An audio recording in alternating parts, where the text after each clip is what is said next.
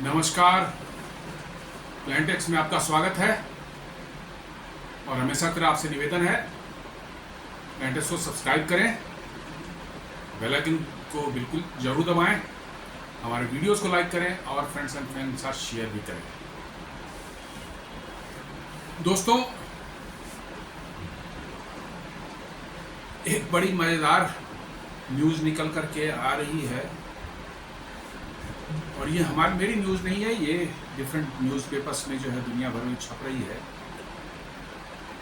वो ऐसी बात बता रहे हैं कि सचमुच ये अमेरिका का राष्ट्रपति न हो गया, ये कोई तमाशा बन के रख गया है।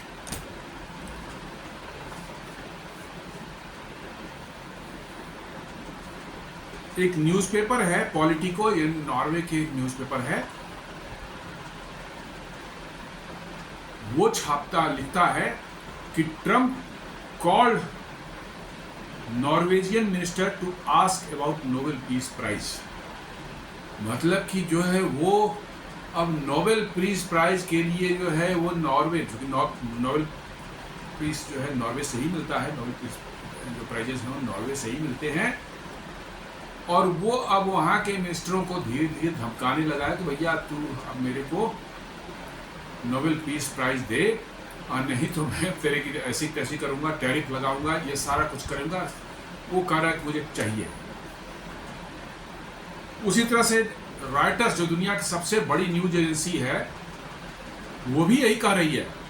वो कह रही है कि Trump told Norwegian minister he wants Nobel prize, newspaper says. मतलब खुलेआम वो अपने लिए पीस प्राइज जो है मांग रहा है और कह रहा है कि नहीं देगा तो मैं तेरी पिटाई भी करूंगा। मतलब वो अब नोबेल पीस प्राइज के लिए समझ लीजिए कि मारपीट करने पर उतर आया है, और जरूरत पड़ेगी तो नॉर्वे वालों के या किसी को और पीट पाट कर बराबर भी कर देगा, इसमें कोई शक नहीं है। एक और फाइनेंशियल एक्सप्रेस, बहुत बड़ा न्यूज़पेपर है ये, वेस्टर्न वर्ल्ड का जो है, ये कह रहा है Trump dialled Norway to ask for the Nobel peace prize, it is not a fake news. कह रहा कि ये फेक न्यूज नहीं है, ये जो है बिल्कुल जेन्युइन न्यूज है कि नॉर्वे के एक विस्कॉन्सिन मिनिस्टर, उसकी बात करता हूं फिर मैं, नॉर्वे के एक मिनिस्टर को उन्होंने कॉल करके कहा कि हमें नोबेल प्राइज दो। कितनी हास्यास्पद बात है ये कि प्राइज लेने के लिए अब वो धमका रहा है लोगों को, दुनिया को। मैंने नॉर्वे जहाँ से नोबेल प्राइज मिलती है उसको अब धमकाने की कोशिश कर रहा है, भैया नोबेल प्राइज तू मेरे दे, नहीं तेरी पिटाई करूंगा, तेरे टैरिफ लगा दूंगा, तेरी ऐसी तैसी कर दूंगा। मैंने सारा नाटकबाजी वो कर रहा है नोबेल पीस प्राइज के लिए। और इसीलिए कल मैंने बताया था ना कि वहाँ के जो नेशनल सिक्योरिटी एडवाइजर थे इसी टर्म के सेकेंड टर्म में, जॉन बोल्टन, जिनको एक महीने बाद ही ट्रम्प ने लात मार के भगा दिया अपनी मतलब की टीम से, जो है वो इंडिया को सलाह दे रहे थे कि भाई ये टैरिफ वैरिफ के चक्कर से ही सब जितना है सब कुछ को दुरुस्त करना है, सबको फिट करना है मामला, तो भैया तू उसको नोबेल प्राइज नॉमिनेट कर दे, तेरा काम बन जाएगा। ये बिल्कुल सही बोल रहे थे, बिल्कुल सही बोल रहे। ये आदमी बिल्कुल समझ लीजिए कि आपे से बाहर है, और इसको नोबेल प्राइज नहीं मिला तो ये दुनिया की ऐसी की तैसी करके रख देगा। एकदम इसमें कोई शक की बात नहीं है। ये अब बिल्कुल डिस्ट्रक्टिव मोड में आ गया है, इसको नोबेल प्राइज, और इसीलिए लोग कह रहे हैं भैया इसको फिजिक्स, केमिस्ट्री, मेडिसिन, पीस, जिसका भी नोबेल प्राइज मिले इसको दे दो भैया, नोबेल प्राइज दे देने से आंख ठंडा हो जाएगा। और सच्चाई है ये। और नोबेल वाले से हम लोगों का भी, भारत वालों का भी, हम लोगों का भी रिक्वेस्ट होना चाहिए, भैया दे दे इसको, कुछ पैसे वैसे तेरे को चाहिए तो हम दे देंगे तेरे को, वो कोई दिक्कत नहीं, बट उसको प्राइज दे दे, तू कम से कम जान छोड़े साला, ये सारी दुनिया की इसने वाट लगा रखी है। मुझे तो हंसी आ रही है कि प्राइज के लिए जो किसी को जो है धमका रहा हो कि मुझे नोबेल प्राइज दो नहीं तो मैं तेरी ऐसी तैसी कर दूंगा, दिस इज टू मच। मतलब इट इज, ये दुनिया का एकदम मस्खरा बन चुका है। सही बात करें कि ये ट्रम्प जो है दुनिया का मस्खरा बन चुका है, और मुझे लगता है कि लोग, दुनिया अब इसको इसी नज़र से देख रही है। ठीक है, अमेरिका का राष्ट्रपति है वो अलग बात है, लेकिन दुनिया के लोग जो है इसको एक मस्खरे की तरह ही देख रहे हैं और इसने जो है अपनी रही सही इज्जत जो थोड़ी बहुत बची हुई थी उसको भी इसने नीलाम कर दिया। ये बड़े वाकई मैंने कितनी हास्यास्पद बात है कि अपने को नोबेल प्राइज दिलाने के लिए ये जहां से नोबेल प्राइज मिलता है वहां के एक मिनिस्टर को ये धमका रहा है। तो आगे देखते हैं। Several countries including Israel, Pakistan and Cambodia have already nominated Trump for Nobel Peace Prize। इन लोगों को डरा धमका के इसने ले लिया। पाकिस्तान को डराया, इजराइल से तो खैर इसकी है ही, उसने अपना नॉमिनेट कर दिया। अभी कंबोडिया और थाईलैंड के बीच में छोटी बहुत ऐसे ही गोलाबारी हुई थी, कुछ खास नहीं, 1-2 दिन गोलाबारी चली, रुक गई, अपने आप रुक गई। ये फिर कूद पड़ा उसमें कि मैंने रुकवाया इसलिए मेरे को नोबेल प्राइज मिलना चाहिए। उन दोनों को पकड़ के बुलवाया और दोनों से कहवाया कि भैया हाँ ट्रम्प ने रुकवाया, इनको नोबेल प्राइज दे दीजिए। और इन बिटवीन जो उसने अजरबैजान और आर्मेनिया को भी पकड़ के बुलाया, कान पकड़ के बुलवाया। छोटे छोटे कंट्री है, उनकी क्या औकात है अमेरिका के सामने, उनको कान पकड़ के बुलवाया वहाँ अमेरिका में, और एक कागज पर दस्तखत कर, तो दोनों डर से दस्तखत कर दिए कि हाँ हम लोग आपस नहीं लड़ेंगे, हम लोग साथ चैन से रहेंगे, अब बस हाँ पीस हो गया, शोर मचा रहा है। और दोनों ने वहाँ अनाउंस किया कि हाँ मतलब कि इनको नोबेल पीस प्राइज मिलना चाहिए। व्हाइट हाउस का स्पोक्स पर्सन रोज आके बोल रहा है प्रेस ब्रीफिंग में कि हाँ ट्रंप को जो है नोबेल प्राइज मिलना चाहिए। व्हाइट हाउस का स्पोक्स पर्सन बताइए कितनी माने हास्यास्पद बात है, समझ में नहीं आती। माने इतने बड़े पोस्ट पर बैठा हुआ आदमी, अमेरिका दुनिया सबसे पावरफुल कंट्री का राष्ट्रपति जो है, उसने अपनी भद पिटवा ली है बिल्कुल। अभी तक जो है 4 यूएस प्रेसिडेंट्स को जो है नोबेल प्राइज मिल चुके हैं। इसमें थियोडोर रूजवेल्ट है, वुड्रो विल्सन है, जिमी कार्टर हैं and Trump's long time rival Barack Obama. Obama भी तो एक नाटकबाज था, बना उसने मतलब कि जो है जैसे ही बना वो राष्ट्रपति, उसने अपने गोटी वोटी फिट किया इधर उधर, जो अपना डीप स्टेट वाले सब जो है जाके नॉर्वे वाले के गोटी, उसी ग्रुप का था ही वो। 7-8 महीने उसके बने हुए हो गए थे, कोई पीस वीस काहे ढेले बराबर कोई पीस वीस नहीं था। वो जाकर के एक जो है हेग में जो है एक मतलब उसने कहीं भाषण दे दिया, न्यूक्लियर खत्म होना चाहिए, मानवता के लिए खतरा है। और देखो फ्रॉड आदमी एक नंबर का, उसने दे दिया मानवता के लिए खतरा है, ये है, हम न्यूक्लियर खत्म कर देंगे, वो खत्म कर देंगे जो है। अब बस उसके महीने दिन बाद उसको नोबेल प्राइज दे दिया सब, सिर्फ एक भाषण पर। सिर्फ भाषण जो है उसको वो तो प्लान करके दिलवाया गया था, प्लान पहले से ही था, चूंकि डीप स्टेट का वो आदमी था, और उसको जो है दिलवा करके जो है उसको ग्लोरीफाई करना था दुनिया में कि देखिए कितने बड़े। और नोबेल प्राइज मिला उसका, देखिए कितना इराक में बॉम्बिंग किया उसने, सीरिया में बॉम्बिंग कराया उसने, पाकिस्तान में ओसामा बिन लादेन को मरवाया, कितने उसने मरवाए, यमन में, सोमालिया में, कोई गिनती नहीं है। नोबेल प्राइज मिल गया, वापस कोई थोड़ा लेने वाला है उससे। ये एक्चुअली नोबेल प्राइज इटसेल्फ जो है फ्रॉड बन चुका है अपने आप में। नोबेल प्राइज जो है ये पीस वाला खासकर जो है, हालांकि दूसरे भी वो सब भी पॉलिटिकल गेन से ही, कनेक्शन से ही मिल रहे हैं, बट फिर भी थोड़ी बहुत उनमें लेजिटिमेसी बची हुई है, केमिस्ट्री फिजिक्स उसके वाले जो मेडिसिन वाले जो है। लेकिन ये पीस वाला तो एक टोटल फ्रॉड है, एकदम बिल्कुल पॉलिटिकल एजेंडे से चलता है, वहीं से मिलता भी है। According to a report by Norwegian business daily Dagens Naeringsliv, ये कोई वहाँ का बिजनेस न्यूज पेपर है, ये डेजेंस नर्सिंगस्लीव जो है, ये वहाँ का थोड़ा नाम उच्चारण करने में आसानी मुश्किल हो रहा है।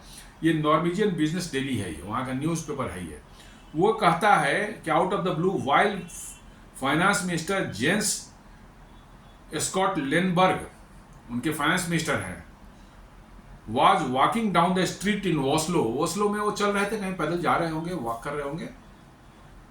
Donald Trump called, Donald Trump ने उनको कॉल किया। He wanted the Nobel prize and to discuss tariffs, the publication quotes sources as saying, मतलब कि उसको बुलाया में कि भाई टैरिफ, चूंकि नॉर्वे जो है यूरोपियन यूनियन का पार्ट नहीं है, उस पर ही 15% टैरिफ लगा रखा है इसने नॉर्वे पर।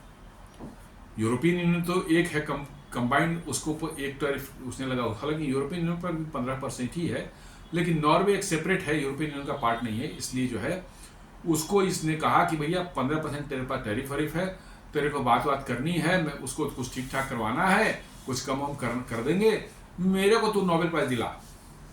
वो धमकी दे रहा है उसको।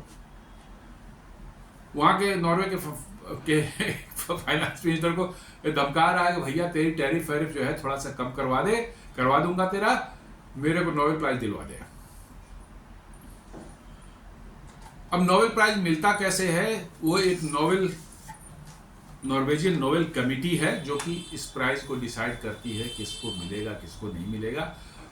नॉमिनेशन होती है, बहुत लोगों की होती है। आपने सुना होगा कि 2021 में अपने प्रधानमंत्री नरेंद्र मोदी जी का भी नाम चला गया था उसमें, और नाम गया था, इसमें कोई दो मत नहीं है, लेकिन उसका फॉलोअप है कि उसके बाद से नरेंद्र मोदी जी भी जो है इसके चक्कर में जो बहुत से ऐसे काम कर बैठे नोबेल के चक्कर में, जो है जो कि भारत के लिए हार्मफुल रहा। हालांकि अब उनका नोबेल का भूत उतर गया है, 240 जो आया पिछली बार 2024 में जो है, तो नोबेल का भूत शायद उनको उतर चुका है। बट उसके पहले तो जबरदस्त उनका नोबेल का बुद्ध का देश नहीं, या युद्ध का देश नहीं, बुद्ध का देश है, और मतलब कि जो है ये मैंने युद्ध का समय नहीं है,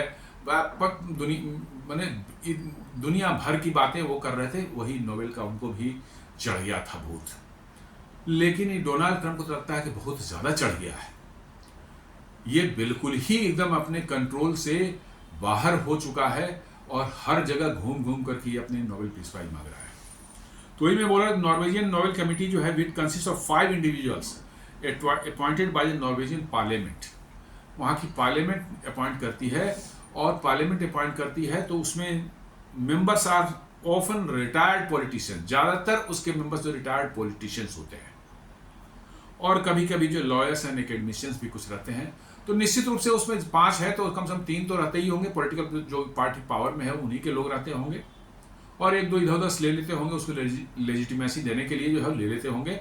लेकिन ऐसे कह सकते हैं कि वो वहाँ की सरकार के ही कंट्रोल में है। पार्लियामेंट जो है 5 लोग नॉमिनेट करती है, उसमें जो पावर वाले पार्टी होगी उनके 3 रहते होंगे, 1-2 इधर उधर से ले लेते हैं, और वो कमेटी डिसाइड करती है। इसका मतलब वहाँ सरकार जिसको चाहे दिलवा सकती है। नॉर्वे की सरकार जो है वो जिसको चाहे वो दिलवा सकती है, वो भले कोई काम किया हो चाहे नहीं। आगे देखेंगे सर, एक से एक फ्रॉड उसमें मतलब कि जो है मैंने They are also put forward by Norwegian political parties and their appointments reflect the balance of power in Norway's parliament। कारण कि वो सब पॉलिटिकल उसमें ज़्यादा होते हैं, इसलिए जो है पार्लियामेंट जो है में जिसकी मेजॉरिटी होती है, जिस पार्टी की होती है, समझ लीजिए कि नोबेल प्राइज उसी के किसी चाहने वाले को मिलता है। ये है what does Nobel prize get, उनको मिलता क्या है? A medal, a diploma, 10 million Swedish crowns जो कि $1 मिलियन बराबर है, एंड इमीडिएट ग्लोबल अटेंशन। थोड़ा ग्लोबल अटेंशन में ज़्यादा, पैसे वैसे तो बहुत ज़्यादा नहीं है। एक मेडल मिलता है, डिप्लोमा मिलती है, और एक 10 मिलियन स्वीडिश क्राउन जो करीब करीब $1 मिलियन के बराबर होता है। और वो मेडल जो है वो सोने का होता है, करीब 125 ग्राम का कुछ ऐसा होता है। नेचुरली आज के समय में वो भी मतलब काफ़ी कॉस्टली होगा, लेकिन पैसे, ट्रंप को पैसे की कोई वो नहीं है, उसको तो बस वो नोबेल का जो है वो चाहिए, कागज चाहिए, और एक मेडल लटका करके वो घूमेगा वो दुनिया में। चूँकि उसको बहुत ज़्यादा वो लगता है कि ओबामा को मिल गया तो ओबामा को मिल गया तो मेरे को तो मिलना ही चाहिए, ये उसका मतलब कि जो है कहना है, और ओपनली कहा भी रहा है। ओबामा कहता है कि फ्रॉड है, उसको तो मिल गया, मेरे को मैं इतना काम कर रहा हूँ, मेरे को क्यों नहीं दे रहा।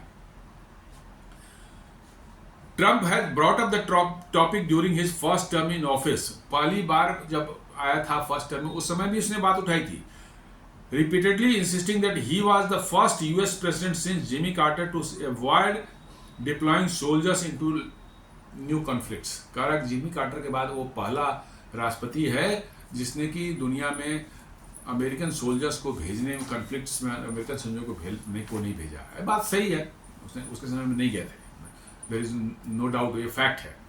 He had also expressed frustration that former President Barack Obama received the award by not doing anything, and repeatedly contrasted his own peacekeeping efforts against the Democrats।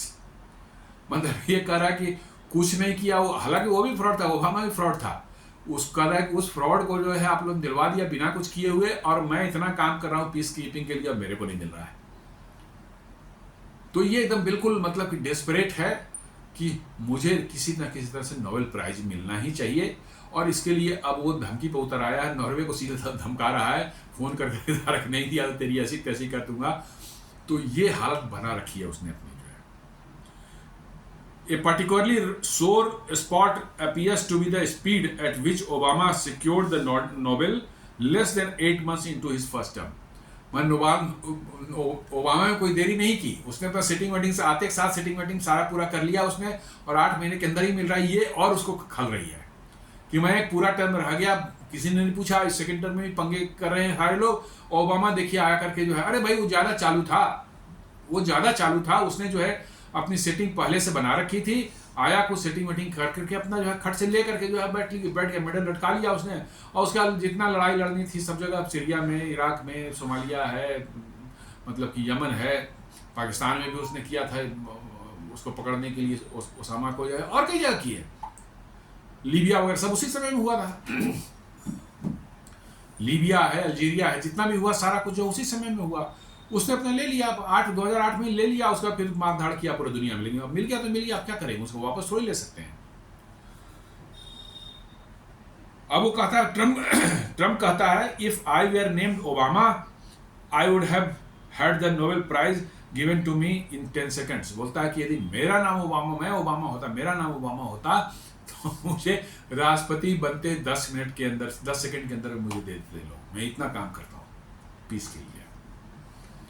तो वो पूरी तरह से एकदम बिल्कुल वो ओबामा को मिला है, इसको देख करके जो है उसकी छाती फटी जा रही है, उसको किसी भी तरह, और वो लेकर मानेगा, और जब तक नहीं देगा उसको तो वो ऐसी तैसी दुनिया करते रहेगा, चाहे कुछ भी हो जाए वैसी तैसी करेगा वो लेकर के मानेगा। बता रहे जब धमकाने पर आ गया, वो नॉर्वेजियन प्रेसिडेंट को जो प्राइम मिनिस्टर बोलेगा तू नहीं भेजेगा, मैं तेरे भेजता हूँ एयरक्राफ्ट के तेरे बॉम्बिंग करूंगा, किसी भी मामले में उलझा करके नॉर्वे बोलेगा इसको मारो, इसको जो है इसका मिट्टी पलीत करो, क्या करेगा वो? डर से दे ही देगा उसको।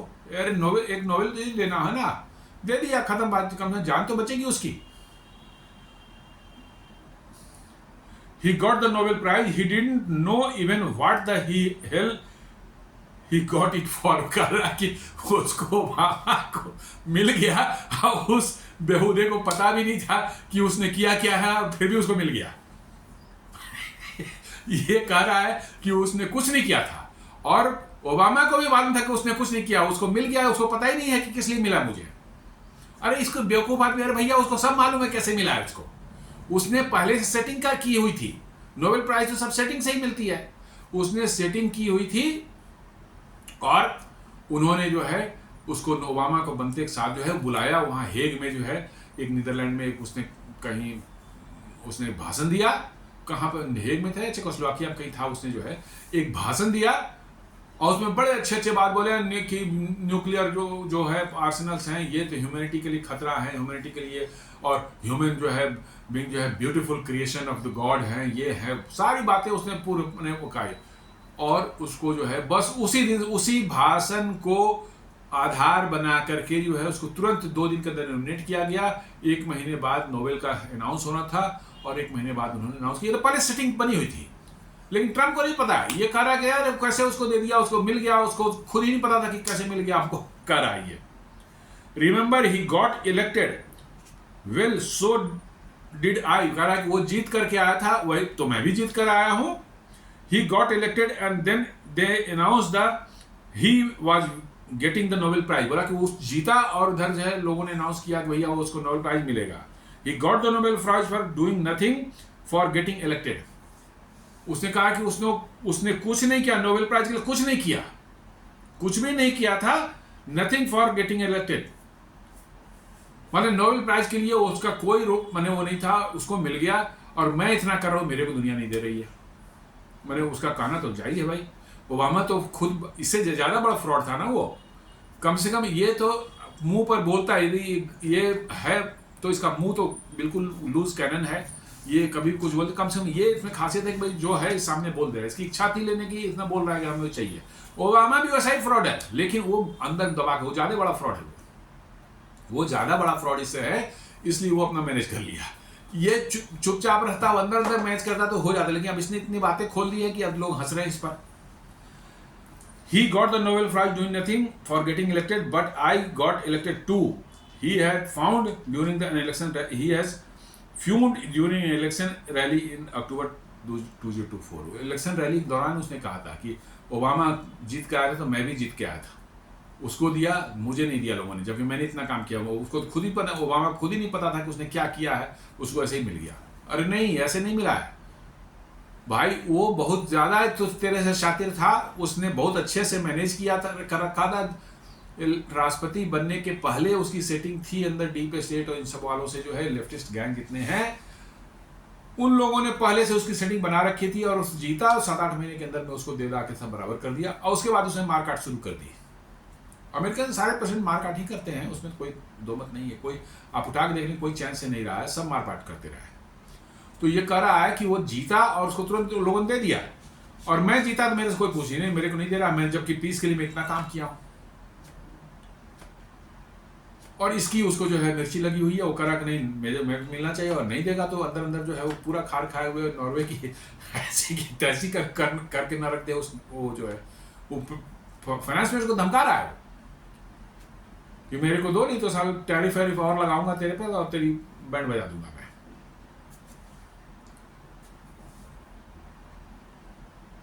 अब ओबामा के समय में देखेंगे आप कहाँ कहाँ वो लीबिया बॉम्ब में काफ़ी ज़्यादा उसने बॉम्बिंग की थी, सोमालिया में की थी, यमन में किया था, इराक में किया था, सीरिया में किया था, अफगानिस्तान में किया था। सब जो है नोबेल प्राइज पहले उसने हथियार लिया, पॉकेट में डाल लिया, और उसके बाद उसने अपना पूरा लड़ाई शुरू कर दिया। क्योंकि लड़ना तो अमेरिका का ये है ना, उनका जन्मसिद्ध अधिकार है, क्योंकि नहीं लड़ेंगे तो उनके मिलिट्री इंडस्ट्री कॉम्प्लेक्स का सामान बिकेगा कैसे, और सामान नहीं बिकेगा तो आफ्टर ऑल वो पॉलिटिशियन सच पार्टी जो है को फंड कैसे करेंगे, और ऐश मौज कैसे होगी उनकी। जो एलीट क्लास वहां का है उस सब कहीं ना कहीं किसी न किसी तरह से जो है मिलिट्री इंडस्ट्रियल कॉम्प्लेक्स से जुड़े हुए हैं।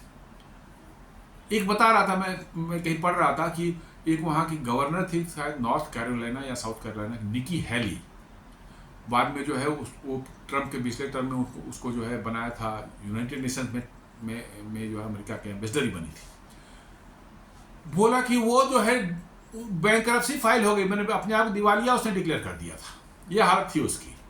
और तब जो है उसको लॉकहीड मार्टिन के बोर्ड में घुसा दिया गया, और बोलते लॉकहीड मार्टिन के बोर्ड में घुसते ही जो है 4 साल के अंदर में जो है वो मालूम हुआ कि मल्टी मिलियनर बन गई। $150 मिलियन की मतलब कि जो है उसका वर्थ हो गया। क्या लॉकहीड मार्टिन के बोर्ड में होता है भाई? तो सारे पॉलिटिशियंस वहां उनको पैसे कहां से मिलते, वहीं से बड़े बड़े कॉर्पोरेशंस और ये मिलिट्री इंडस्ट्रियल कॉम्प्लेक्स वालों से जो है। और इसलिए दुनिया में लड़ाई चलती रहे, ये इंश्योर करना है वहां के राष्ट्रपति को, और वहां के राष्ट्रपति को जो है पैसे वैसे मिलने हैं, तो फंडिंग जो होनी है, या उनके पॉलिटिशियन चेले चपाटे को जो पैसे खिलाने हैं। और निकी हैली को कैसे ले गया बोर्ड में? जो कहा होगा ट्रम्प ने, कहा होगा भैया घुसा लो इसको, बहुत मैंने अभी फटेहाल हालत इसकी है, कुछ पैसे वैसे दे देना इसको। वो चली गई वहां, देखो मल्टी मिलियनर बन गई, $50-60 मिलियन की मालकिन बन गई वो। भाई यही अमेरिका का, ऐसे ही अमेरिका चलता है। हम लोग गलत फहमी में हैं कि अमेरिका में बड़ा काम होता है, बड़ा इनोवेशन होता है, और इसलिए लोग कमाते नहीं। अमेरिकन बिल्कुल मेहनत नहीं करते भाई।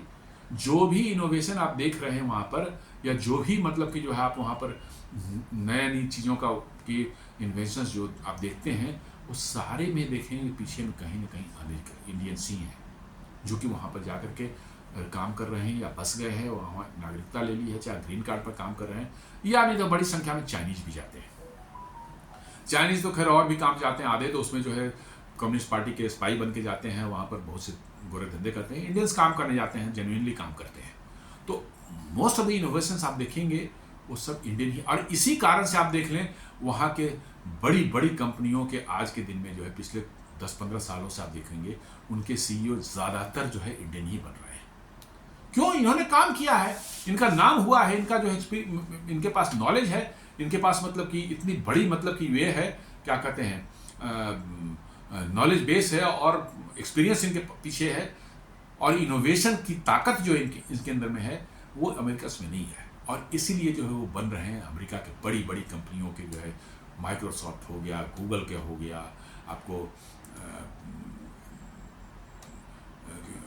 जनरल एटॉमिक्स हैं, आपको पेप्सी कोला की थी अभी कुछ साल पहले तक, जो है अब वर्ल्ड बैंक में है। आपको एडोबी का मतलब देख लीजिए, शायद ही कोई बचा हुआ है, शायद मैं वर्ड यूज कर रहा हूँ। जितने टॉप 10 यदि उनके कंपनीज को उठा लें तो उसमें शायद 6-7 तो इंडियन ही मिल जाएंगे आपको। ये इसलिए नहीं है कि मतलब कि जो है इंडियन का चेहरा बहुत अच्छा होता है, चाहे बहुत मतलब कि जो है वो लोग, नहीं, इसलिए कि इनमें जो है टैलेंट है, ये मेहनत कर रहे हैं और इनोवेशन में जो है इनोवेटिव माइंड इनका है। अमेरिकन का इनोवेटिव माइंड नहीं है, उनको जैसे ही पैसा मिला क्यों ऐश मौज शुरू हो जाएगा, और निकले कहीं याच पर चला जाएगा, कहीं पर मतलब कैंपिंग करेगा, किसी जंगल में जाकर के जो है महीना दिन तक जो है कहीं पहाड़ियों पर जाकर के जो है वो स्कीइंग करेगा, आइस स्केटिंग करेगा, ये सब उनको शुरू हो जाते हैं। इंडियंस ये सब नहीं करते। आप देखेंगे इंडियंस वहाँ लंबी हॉलीडेज विंटर्स वगैरह जो होते हैं उसमें भी वो काम करते रहते हैं, अपना पैसा भी कमाया और साथ साथ जो है उनका नाम भी, नेम एंड फेम भी होता है। 70% तो अमेरिकन तो पढ़ते ही नहीं है। 70% अमेरिकन जो है they don't even go to the graduation level. Schooling करके वो कई काम धंधे में लग जाते हैं, कोई स्किल वाला ट्रेनिंग कर लिया, कोई काम में कोई इलेक्ट्रीशियन बन गया, कोई प्लम्बर बन गया, या कोई छोटे मोटे चीज़ ड्राइवर बन गया, कोई कैब चला रहा है तो कोई ट्रक चला रहा है, या कि फैक्ट्री में कोई छोटे मोटे उसमें लग गया, क्योंकि उसमें भी उसको मिल जाते हैं $5-6-7 हज़ार $8,000 उसको ऐसे ही मिल जाते, उसमें ही मिल जाते हैं। मिनिमम वेजेज वहाँ कैसे हैं, तो उसकी ज़िंदगी चल जाती है। आपको लगे कि जो बड़ा ऐश मौज में है साहब, मतलब कि जो है टेक्नीशियन है, चाहे प्लम्बर है, चाहे कारपेंटर है, और ये कार से घूम रहा है, इवन स्वीपर भी है वो भी कार से घूम रहा है। आप लगेगा बाप रे ये तो बड़ा अच्छा। भाई वहाँ के स्टैंडर्ड से वो गरीब हैं, वहाँ के लिविंग स्टैंडर्ड से वो गरीब हैं, उनका वही हालत जो यहाँ के मतलब कि जो है वो है। चूंकि अब कार पर घूम रहा है तो हम लोग चकमा खा जाते हैं, भैया ये कार पर घूम रहे हैं, बहुत वहाँ के स्टैंडर्ड से वो गरीब है, तो वो सब काम उनको मिल जाते हैं, $7-8 हज़ार उनको मिल जाते हैं। तो व्हाई दे विल बॉदर। वहाँ की यूनिवर्सिटी एजुकेशन जो है बहुत ही महंगी है, एक्सट्रीमली एक्सपेंसिव। वो तो इंडियंस हैं कि किसी तरह से बियर करते हैं, उनके पेरेंट्स भी यहाँ से सपोर्ट करते हैं, और वहाँ जाकर वो पार्ट टाइम जॉब भी करते हैं, और इसलिए जो है वहाँ सर्वाइव करते हैं, और उनका फल उस बाद में उनको मिलता है कि वो कंपनियों में काम करते हैं, तो उनका नॉलेज और ये सब जो है जो उन्होंने गेन किया है पढ़ाई के दौरान वो निखर कर आता है, और उनका नेम एंड फेम होता है, और then they rise on the ladder और कंपनी के टॉप तक पहुंच जाते हैं। अमेरिकन तो करते नहीं, जब पढ़ेंगे ही नहीं तो उनको मिलेगा क्या। तो यही बात है, और इसकी भी मिर्ची अब ट्रंप को लग रही कि इंडियंस क्यों वहां टॉप में बने हुए हैं, मतलब कि जो कंपनियों के टॉप में बने हुए हैं, क्यों नहीं मतलब कि अमेरिकन बनते हैं। कह रहा है अमेरिकन को हायर करो। अरे भाई रहेगा तब तो हायर करेगा, जिस काम के लिए जो एक्सपर्टीज चाहिए वो वैसा आदमी मिलेगा तो हायर करेगी कंपनियां, है ही नहीं। लेकिन वो कह रहा है कि नहीं अमेरिकन को हायर करो, और इसीलिए देखिए H1 वीजा वगैरह पर इसने ऐसा पंगा इस बार किया है कि इस बार शायद ही बहुत कम बच्चे जा पाएंगे। उनको इंटरव्यू नहीं हो, कह रहा है कि सोशल मीडिया सबका चेक करेंगे, सोशल मीडिया अकाउंट सबका चेक करेंगे, उनके देखेंगे कि वो बदमाशियां करते हैं कि नहीं, सोशल मीडिया पर अमेरिका के बारे में क्या बोलते हैं, वामपंथ के बारे में क्या बोलते हैं, इस्लाम के बारे में क्या बोलते हैं, क्या उनका नज़रिया है, ये चेक करेंगे तब हम उनको वीज़ा देंगे, नहीं देंगे। इस बार आप देख लीजिए, मैंने 2-2.5 लाख 3 लाख बच्चे जाते थे वहाँ यूनिवर्सिटी में, उसमें हार्डली किसी को मैंने वीज़ा मिल पाया, नहीं मिल पा रहा है। खैर एनीवे, मैं कह रहा था कि जो ओबामा ने जो उनको मिल गई मैंने नोबेल प्राइज़ के बाद, उसने कहाँ बॉम्बिंग किया, लीबिया में किया, आपको सोमालिया में किया, यमन में किया, इराक में, सीरिया में, अफगानिस्तान में, इवन पाकिस्तान में भी उसने जो उसामा बिन लादेन घुस करके उठा कर मार कर लाया था। खैर अच्छा ही किया था वो, दैट वाज गुड। लेकिन नोबेल का जो है ये था कि भाई नोबेल ले लेना है और उसके बाद पिटाई शुरू कर देनी है। सारे अमेरिकन से प्रेसिडेंट यही करते हैं, बिकॉज उनको पैसे मिलते हैं, वही मिलिट्री इंडस्ट्रियल कॉम्प्लेक्स है, तो वो उनकी बातों को इग्नोर नहीं कर सकते। उनका फ़ायदा पहुंचाना उनका जो है धर्म है, उनको पहुंचाना पड़ेगा।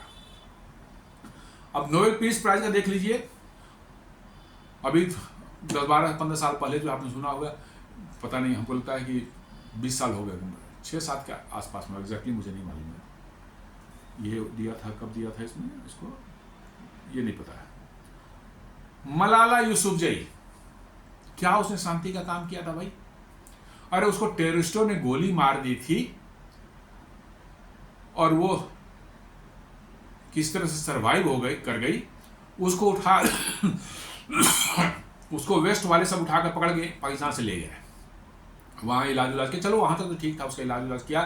अब उसको जो है पीस का जो है पुजारी बना दिया कि शांति का प्रतीक एकदम पूरी दुनिया में घुमा रहा है, अमेरिका में जाके लेक्चर। अरे 17 साल की लड़की थी भाई, 15-16 साल की लड़की थी, पूरा दुनिया में उसको घुमाते रहा सब, 1-2 साल तक जो है पूरा घुमाया सब उसको, और लेक्चर दिलवा रहा है अमेरिकन यूनिवर्सिटी। क्या भाई स्वात वैली जो है जहाँ पर कुछ नहीं, मदरसा के अलावा कुछ नहीं है, मदरसा के अलावा कुछ भी नहीं है।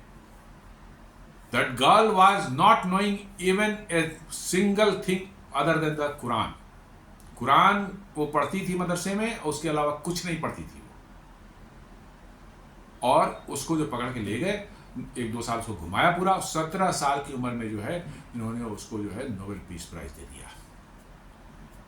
वैसे ही भारत से ज्वाइंट एक भारत का कौन सत्यार्थी करता, वो भी फ्रॉड ही था, अपने आप को कहता था कि वाटर कंजर्वेशनिस्ट हैं, मतलब कि जो है पानी के बचाने के लिए जो है, और हम उसके लिए बहुत बड़ा काम किया। कहाँ भारत में कोई उसको रिकॉग्नाइज किया, उसको पकड़ के लेके वहाँ वो सब करते हैं। अब देखें अरविंद केजरीवाल को मैग्सेसे अवार्ड, आपको जो है इसको वो कौन बोलते हैं, वो मेधा पटकर को तीस्ता स्थित अवार्ड, इस जैसे एंटी नेशनल जो है इनको जो है ले जाके मैग्सेसे अवार्ड दिलवाते हैं। ये सब अवार्ड दिलवाया जाता है कि उनको पब्लिक में उनकी इमेज बन जाए, और उनका इस्तेमाल तब किया जाए जब उस देश में क्याओस फैलाना हो, डिस्टर्बेंस फैलाना हो, कोई आंदोलन शुरू करवा देना है ताकि उस देश में सत्ता पलटना हो, रिजीम चेंज करना हो, उस देश की इकोनॉमी की बर्बाद करनी हो, तो ऐसे ऐसे लोगों का इस्तेमाल किया जाता है। आप देखें ना, बांग्लादेश में जो आपका है ये मोहम्मद यूनुस, उसको क्या है, कुछ भी नहीं किया, वो तो एक नंबर का फ्रॉड है। वहाँ ग्रामीण बैंक बना, कितने फ्रॉडगिरी उसने की उसमें ग्रामीण बैंक में, आप सोच नहीं सकते। और उसको किसने, क्लिंटन ने दिलवाया था, क्लिंटन का चेला है वो, क्लिंटन ने उसको दिलवाया इकोनॉमी का नोबेल पीस प्राइज। और इसको जितना पैसा मिला उसमें आधे पैसे जो है इसने क्लिंटन फाउंडेशन में डाल दिए, और ये क्लिंटन का चेला बन गया। और उसी के उसमें जो है सब जो है वहाँ पर बांग्लादेश में जो है पूरा उन लोगों ने जो करवाया, डिस्टर्बेंस करवाया, आंदोलन, स्टूडेंट आंदोलन करवाया, ये सब सारा कुछ करवाया, वो सब हुआ इसी के बैकग्राउंड में यही था।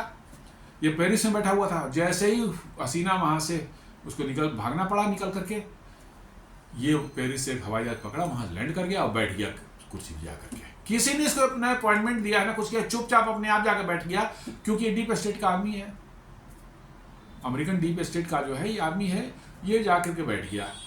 और बैठ करके जो है आप देखिए 1 साल से जो है बांग्लादेश का अपने कहता है कि हम हेड हैं यहाँ के। तो ये सब पीस प्राइज वगैरह जितना देखते हैं या प्राइज, नोबेल प्राइज देखते हैं, ये सारे ऐसे ही हैं। आप देख लें भारत में अमर्त्य सेन को दिया, 1 नंबर का लेफ्टिस्ट आदमी है, एंटी नेशनल बातें करेगा हमेशा।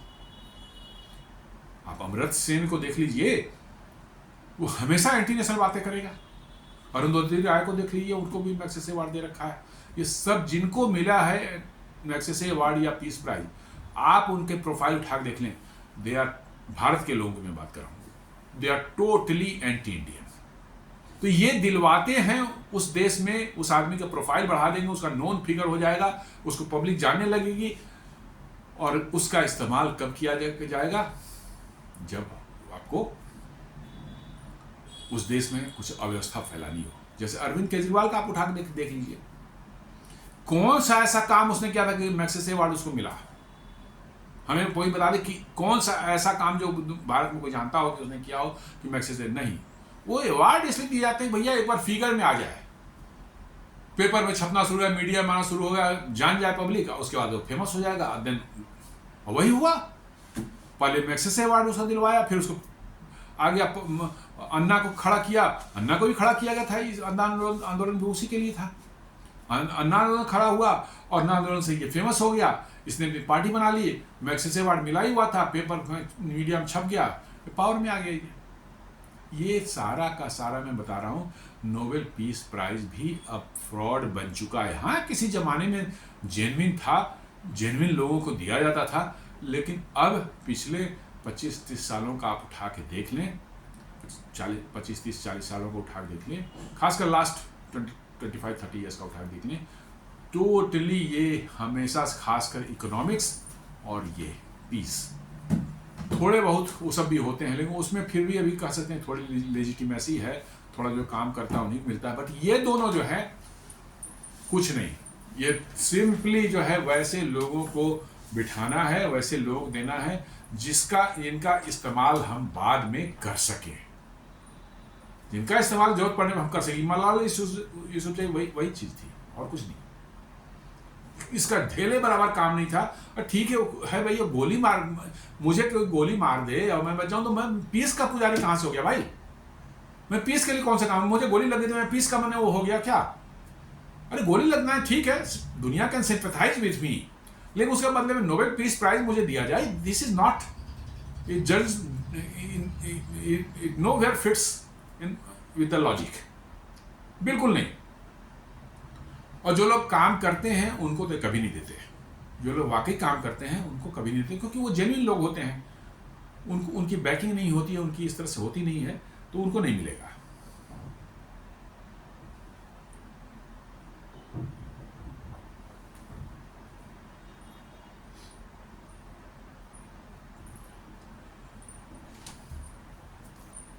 तो ये तो हम लोगों ने बात कर ली कि कैसे नोबेल पीस प्राइज के लिए ट्रम्प जो है पागल हुआ जा रहा है। अब इसके बाद छोटा सा एक दो हम लोग और देख लेते हैं। एक मैंने कल देखा था,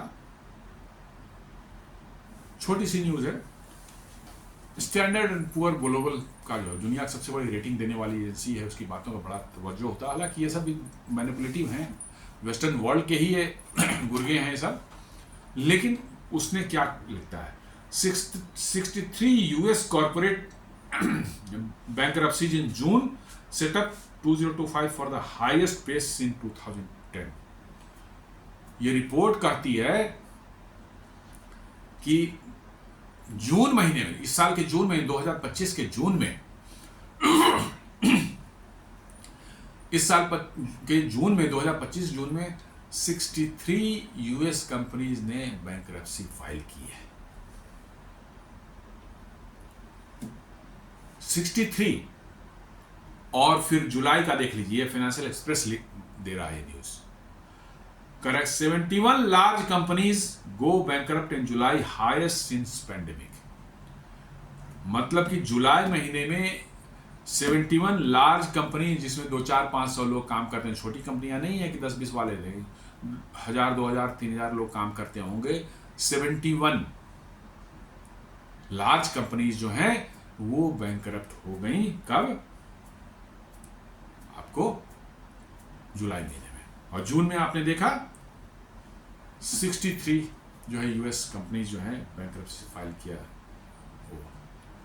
आप देख रहे हैं ना ये क्यों हो रहा है, क्यों ऐसा आपको नजर आ रहा है कि एक साथ 50, 60, 70 कंपनियां जो एक महीने में बंद हो जा रही हैं, और छोटी मोटी नहीं, बड़ी कंपनियां जिसमें हजारों लोग काम करते थे। ऐसा क्यों हो रहा है? मैं बार बार कह रहा हूं कि अमेरिका में अब बिजनेस करना, फैक्ट्री चलाना, कंपनी चलाना जो है वो वायबल नहीं रह गया है, किसी भी तरह से वायबल नहीं रह गया है। जो अमेरिका की लाइफस्टाइल बन गई है, जो उनकी नियम कानून बन गए हैं, जो मिनिमम वेजेज उन्होंने बना दिए हैं लेबर के लिए इतने हाई हैं, वो ठीक है, लेबर पॉइंट ऑफ व्यू से that seems to be okay.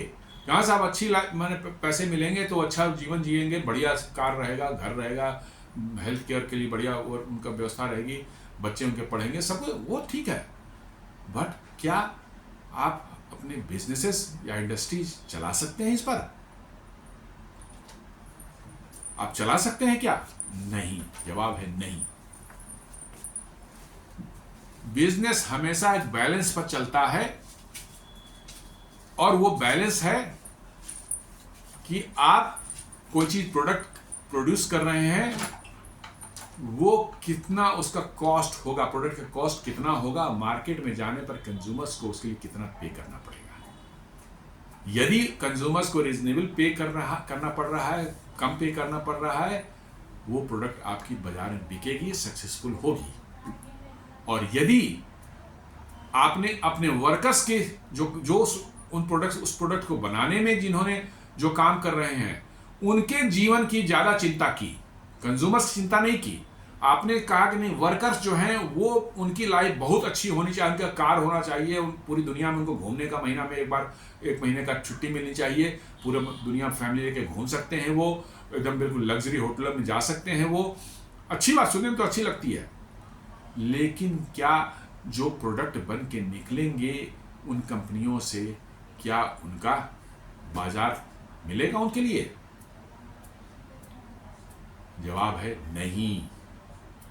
और एग्जैक्टली यही चीज़ अमेरिका और यूरोप में भी अब हो ही रहा है वो, बट अमेरिका में ये दिख रहा है, साफ साफ दिख रहा है कि अब कंपनियां जो हैं वहाँ पर सरवाइव नहीं कर सकती, क्योंकि वही कंपनियां यदि भारत आ जाए, चीन आ जाए, वियतनाम आ जाए, सिंगापुर आ जाए, दुबई आ जाए, तो उनका वेज बिल जो है, जो उनके जो है एम्प्लॉयज़ को सैलरीज देते हैं, दिस विल बी अबाउट 1/5। हम समझते हैं 1/5 से भी कम हो जाएगा, 1/5 से भी कम है। भारत में आप यदि किसी को 60-70 हज़ार भी पे कर रहे हैं मंथ में, तो ये बहुत अच्छी नौकरी मानी जाती है। वो मीडियम ढंग से जो है अपना घर एक ले लेगा, किराए पर ले लेगा, 5-10 हज़ार का जो है, उसके बच्चे भी ठीक ठाक मिडिल क्लास के मीडियम रैंक के स्कूल में जाएंगे, वो अपनी ज़िंदगी चला सकता है, क्योंकि यहाँ कॉस्ट ऑफ लिविंग कम है, इसलिए आप कम पैसे भी देते हैं। इसलिए मैं बार बार कहता हूँ, परचेजिंग पावर पैरिटी के जीडीपी में भारत जो है दुनिया में तीसरे नंबर पर है। क्यों? कॉस्ट ऑफ लिविंग कम है, सामान जो मिलते हैं मार्केट में वो अफोर्डेबल है, हमारे देश के कम इनकम वाले लोग भी आराम से इसको खरीद सकते हैं। अमेरिका में आराम से नहीं खरीद सकते, इधर में आलू प्याज भी नहीं खरीद सकते ठीक से। मैं यही बता रहा हूँ कि अमेरिका में जो बातें हो रही हैं, जिस तरह से वहाँ पर मतलब कंपनियां बंद हो रही हैं, और आप देख रहे हैं कि बोइंग ने अभी भी आउटसोर्स कर दिया अपने एयरक्राफ्ट के स्ट्रक्चर्स बने, उनके फ्यूजलाज बनाने का कॉन्ट्रैक्ट जो है टाटा एडवांस सिस्टम को दे दिया है, जो कि बेंगलोर के पास बने। मतलब अब बोइंग का पूरा बॉडी जो है हवाई जहाज़ का, जिसमें आप लोग चढ़ते हैं जाते हैं कहीं पर, वो भारत में बनेगा। और आपको मैं बता रहा हूँ कि बोइंग को अल्टीमेटली भारत शिफ्ट करना पड़ेगा। There is no way out in next 10 years या 15 ईयर्स, जो भी हो टाइम हो, क्योंकि बोइंग अब जो है बिल्कुल फंस चुका है अपने दलदल में। वो इतनी ज़्यादा उसकी जो है ये हो रही है, दुनिया में उनके क्वालिटी पर क्वेश्चन उठाए जा रहे हैं, उनके हवाई जहाज़ जो है एक्सीडेंट्स हो रहे हैं, बार बार लोगों की जान जा रही है, और वहाँ पर जो है खर्चे उन्होंने इतने बढ़ा रखे हैं, बेतहासा बढ़ा रखे हैं, और प्रॉफिटेबिलिटी भी दिखानी है उनको अपने शेयर होल्डर्स के लिए जो है, तो कॉम्प्रोमाइज़, क्वालिटी से कॉम्प्रोमाइज़ हर जगह कर रहे हैं, तो उनका बिजनेस धीरे धीरे जा रहा है। और बोइंग, अभी मैंने कल ही न्यूज़ देख रहा था कि शायद अगले महीने 1-2 महीने में एयरबस जो है उनको सरपास कर, किसी में दुनिया में सबसे ज़्यादा बिकने वाला मॉडल प्लेन का है बोइंग 737 है आज तक का जो इतना है, उसको जो है एयरबस A320 फैमिली जो है वो सरपास कर, सिर्फ 20 का डिफरेंस रह गया, वो सरपास करेगा। कितनी बड़ी बात है, जहाँ बोइंग की बादशाहत होती थी सिविल एविएशन मार्केट में जो है, वहाँ पर एयरबस उसको ओवरटेक कर रहा है। तो बोइंग का मेरा अपना असेसमेंट है, Boeing will have to come to India in next 10 years. तुरंत नहीं आएगा, पार्ट करके आना शुरू होगा। अभी भी बहुत से बोइंग नॉट ओनली फ्यूजलाज, उसके अलावा बहुत से पार्ट्स जो है भारत में बनते हैं, तो यहाँ असेंबल भी हो सकते हैं। तो यही है कि जो बातें आ रही है कि जितना अमेरिका की हेकड़ी जो देख रहे हैं टैरिफ में जो है, उनको बात समझ में ही नहीं आ रही कि बातें कहाँ जा रही है, किस डायरेक्शन में जा रही है। उनको शायद ये पता ही नहीं है कि आगे क्या होने वाला है।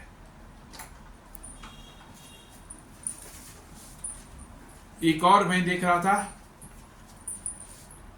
इसको भी थोड़ा सा देख ले, थोड़ा ही 1-2 मिनट के लिए, फिर हम लोग इस वीडियो को समाप्त करेंगे।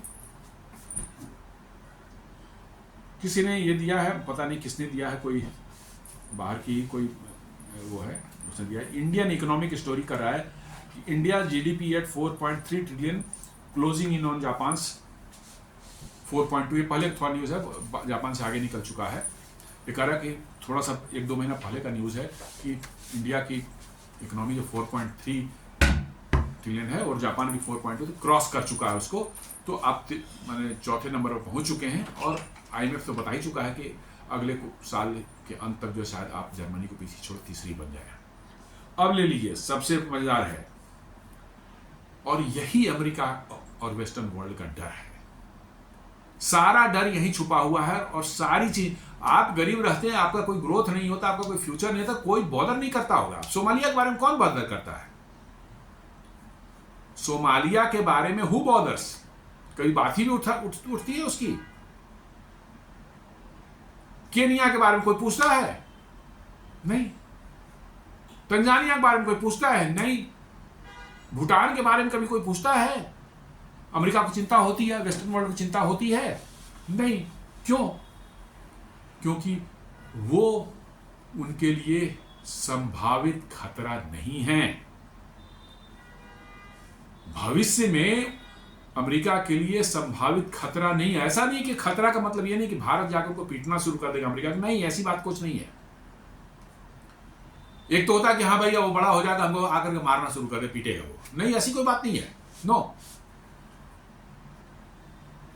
आप इकोनॉमिकली इतने स्ट्रांग हो जाएंगे आने वाले भविष्य में जो है कि अमेरिका की बातों का, वेस्ट की बातों का जो है, यदि आपको दबाव डालने की कोशिश करेंगे तो आप डंडा लेकर उनको दौड़ा देंगे, जो चीन आजकल कर रहा है। चीन अब वही कर रहा है कि जहां उसको कोई कहता है डंडा लेके दौड़ा देता है। वही उनको डर है कि डंडा लेके दौड़ाने वाला एक और खड़ा हो जाएगा तो कितनी मुश्किल होगी। और आईएमएफ यही कर रहा है कि इंडिया की जीडीपी जो है 2030 तक जो है सरपास कर जाएगी $7 ट्रिलियन की। ये नॉमिनल जीडीपी है, ये पीपीपी वाला नहीं है। ये पीपीपी वाला तो अलग है, मैं बताऊंगा उसको। नॉमिनल जीडीपी है, कह रहा है कि 2030 तक जो है भारत की जो नॉमिनल जीडीपी है, इट विल क्रॉस $7 ट्रिलियन। और मैं बता रहा हूं कि $7 ट्रिलियन का मतलब अमेरिका और यूरोप आपको कुछ बोलने के पहले जो है ना, थोड़ा अपना ये सब ठीक ठाक कर लेंगे, चेहरा उरा धो लेंगे, सबसे साफ से बात करनी है तो अच्छे से बात करें, थोड़ा जेंटलमैन के बन के बात करें, गुंडागर्दी से नहीं चलेगा। ये सबसे बड़ा डर है उनका, और कहीं कोई डर नहीं है। कोई इंडिया लड़ने में नहीं जा रहा है, ना अमेरिका से कोई लड़ाई लड़ रहा, रहो अपनी जगह पर। अमेरिका यहाँ से 12,000 किलोमीटर दूर है, वो बॉर्डर्स पर है, लेकिन उनका डर है कि दुनिया की में जो बादशाहत और गुंडागर्दी चलती रही है, वो सुनने वाला नहीं एक और बड़ा कंट्री जो है शामिल हो जाए कि वो नहीं सुनेगा और उस पर दबाव डालने की कोशिश करने को दौड़ा देगा डंडा लेकर के।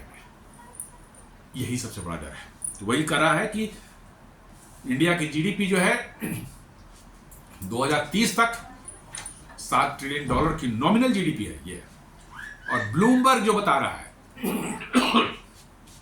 ब्लूमबर्ग ये बोल रहा है कि Bloomberg estimates India GDP at PPP. ये ब्लूमबर्ग पीपीपी बता रहा है, इसने तो आईएमएफ ने नॉमिनल बताया, ब्लूमबर्ग बता रहा है कि पीपीपी बेसिस पर जो इंडिया की जीडीपी 2030 में जो है कहां खड़ी होगी। 2025 में बता रहा है कि अभी तो 17.65 ट्रिलियन है, अभी एट प्रेजेंट जो है कह रहा है कि 2025 में 17.5 ट्रिलियन डॉलर है, और बोल रहा है कि 2030 में it will be 28.5 trillion dollars.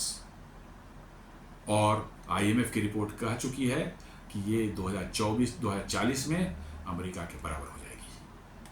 यही बस मिर्ची जो लगी हुई है वेस्ट को और अमेरिका को कि 2040 के बाद क्या होगा हमका। और आईएमएफ ने इतना भी कह दिया है कि 2045 में इंडिया जो है अमेरिका से पीपीपी के मामले में, जीडीपी के मामले में अमेरिका से बहुत आगे होगा। अमेरिका के 42 ट्रिलियन होगी, भारत की 56 ट्रिलियन होगी। मतलब कि जो है $14 ट्रिलियन का जो है गैप होगा। कौन बर्दाश्त करेगा भाई, कौन बर्दाश्त करेगा ऐसे में। ये अमेरिका में ट्रंप हो, बाइडेन हो, वहाँ का जो भी हो, उस सबको जो है जो दर्द हो रहा है, मिर्ची जो लग रही है अंग विशेष में जो है, वो इसी कारण से है। रसिया का वायल तो सब कुछ नहीं, कल बहाने होते हैं। आपको कुछ करना है, कोई बंदा बदमाशी करनी होती है तो कोई बहाने तो ढूंढते ही हैं हर कोई। हर कोई भी अपने नॉर्मल लाइफ में भी हमको कुछ करना है, किसी को सर्व करना है, तो कुछ ना कुछ बहाना हम लोग ढूंढते हैं। तो रशियन ऑयल जो है जस्ट एक प्रिटेक्स्ट है, बहाना है। असली मामला यही है। आपकी बढ़ती हुई हैसियत से, आपकी बढ़ती हुई अर्थव्यवस्था से, आपकी आर्थिक ताकत बढ़ने से उनको डर लग रहा है बिल्कुल, और डर लगना भी चाहिए, इसमें कोई वो नहीं है। तो ये इस तरह का जो है, मतलब कि जो है, जो बातें हो रही हैं आज दुनिया में, जो हम लोग देख रहे हैं भारत के प्रति, जो है टैरिफ वैरिफ सारा, यूरोपियन यूनियन खुद गैस खरीद रहा है वहाँ से बड़ी तादाद में, जो है क्वांटिटी में रसिया से, और भारत कर रहा है कि तुम वार फंडिंग कर रहे हो तेल लेकर के, जो है अरे भैया तेरा गैस का पैसे से वार फंडिंग नहीं हो रही है क्या? नहीं, उससे नहीं वार फंडिंग नहीं हो रही साहब, उससे वार फंडिंग नहीं होती, सिर्फ तेल के पैसे वार फंडिंग होती है। गैस के पैसे से तो वार हो ही नहीं सकता, सवाल नहीं पैदा होता। गैस का पैसा तो गैस का पैसा है, उससे नहीं हो सकता। मैंने इस तरह की धूर्त ऐसे हैं ये सब, जो है अमेरिका और यूरोप वाले जो है ऐसे धूर्त है कि खुद वो काम, पुतिन ने सामने बोल दिया उस दिन अलास्का में 16 तारीख को कि मैं धन्यवाद करता हूँ प्रेसिडेंट तंका के, उनके आने के बाद से रसिया और अमेरिका का जो व्यापार जो है, ट्रेड जो 20% बढ़ गया। देखिए भारत यही पहले से कह रहा था कि आप यूरेनियम ले रहे हैं, फर्टिलाइजर ले रहे हैं, सारा कुछ ले रहे हैं, और हमें कह रहे हैं कि भाई आप ऑयल ले रहे हैं, इसलिए जो है लड़ाई हो रही है। भाई तेरे पैसे से क्या हो रहा है? यही कर रहे हैं ये इनकी धूर्तई जो होती है ना, यही है कि, और ये तभी तक चल रही है जब तक कि अभी अब वही मैं बोला कि डंडा लेके दौड़ाने वाली जो बात मैं फ्रेज यूज कर रहा हूँ ना, सार्टिन का डंडा लेके करने का मतलब है कि उसका बोलेगा कि सेंक्शन लगा दूंगा, आप तक आप 10 सेंक्शन ठोक देंगे, बोलेगा दबा करो सारी, यहाँ निकलो यहाँ से, दबा करो। आप 10 सेंक्शन ठोक करके उसको पीट पाट के भगा देंगे यहाँ से। यही डंडा लेके दौड़ाना होता है। और घबराइए नहीं, अगले 5-7 सालों में ये सिचुएशन आने वाली है, और ये सभी एंग्लो सैक्सन्स की, मैं सभी की बात कर रहा हूँ, सबकी हेकड़ी जो है ना वो कहाँ चली जाएगी आपको पता भी नहीं चलेगा। तो दोस्तों ये एक मजेदार सा वीडियो था जिसमें ट्रम्प की जो है लालसा जो है नोबेल प्राइज के लिए जो थी, और धमकाने पर आ गए हैं नॉर्वेजियन मिनिस्टर्स को। उसके बाद अमेरिका की क्या स्थिति और कैसी कंपनियां उसकी बंद हो रही है, और कैसे अमेरिका और वेस्टर्न वर्ल्ड को डर लग रहा है भारत की बढ़ती आर्थिक ताकत से। और यही ताकत है जो आज जो भारत के खिलाफ जो ये सारा कुछ देख रहे हैं आप, टैरिफ है, ये है, वो है, तेल वेल कुछ नहीं, वो सब खाली फालतू का आईबाश है। ये सारा कुछ जो है वैसी आपकी आर्थिक ताकत बढ़ रही है, उनकी आर्थिक ताकत घट रही है। ये भी खास बात है, उनकी आर्थिक ताकत घट रही है और आप तेजी से बढ़ रहे हैं। और जिस दिन आप थोड़े मजबूत और हो गए, जैसे मैंने पहले ही बोला था 7-8 आप पहुंच गए, तो डंडा परमानेंट तेल लगा करके इंडिया तैयार रखेगा। मैं सच बता रहा हूँ, तेल लगा करके न्यू दिल्ली में इंडिया गेट पर टांग दिया जाएगा। जैसे ही कोई बोला वही डंडा लेके दौड़ा दिया जाएगा उसको। और यही चाइना अभी करना शुरू कर दिया है। China has started doing this. डंडा लेकर के जो है दुनिया में है वो खदेड़ दे रहा है सीधे के भागो यहाँ से। और एग्जैक्टली दीज बगर्स, ये धूर्त जो है यही डिजर्व करते हैं और कुछ नहीं, यही डिजर्व करते हैं धूर्त। दुनिया में लाखों करोड़ों इंसानों को मरवाया इन्होंने, तो इनको नहीं बुझा, इनको नहीं समझ में आया। यूक्रेन की बड़ी चिंता, मानवाधिकार और ये सब सारी चिंता। अरे भाई सीरिया में तुम्हें हुआ तो उसमें मानवाधिकार वहां पर नहीं है। इराक में तुमने अटैक किया था 2000 में जो है उस समय मानवाधिकार नहीं था। क्या बेवकूफ वाली बात करता है। मतलब मानवाधिकार सिर्फ ये जहां इनका इंटरेस्ट है वहीं मानवाधिकार की बात होती है। जहां इनका इंटरेस्ट मतलब कि उससे हैम्पर नहीं होता है वहां मानवाधिकार क्या। अरे टेररिस्ट को तो जो है बुला करके जो है जिसने सीरिया पर कब्जा किया अल कायदा का जो है जोलानी जो है उस नाउ मतलब कि देखिए उससे जो है वो मुलाकात कर रहे हैं और उसको जो है ग्लोरीफाई किया जाए, उसको दाढ़ी मूछ कट करके जो ट्रिम करके जो उसको बना दिया है बढ़िया से और उसको कर रहा है कि अब ये मैंने पीस में आ जाएगा, अमेरिका से डील कर रहा है। तो यही सब चीज हो रही है आजकल। उम्मीद करता हूँ वीडियो पसंद आएगा। हमारे वीडियोस को लाइक करें, सब्सक्राइब करें चैनल को और बेल आइकन दबाना बिल्कुल नहीं भूलें। धन्यवाद।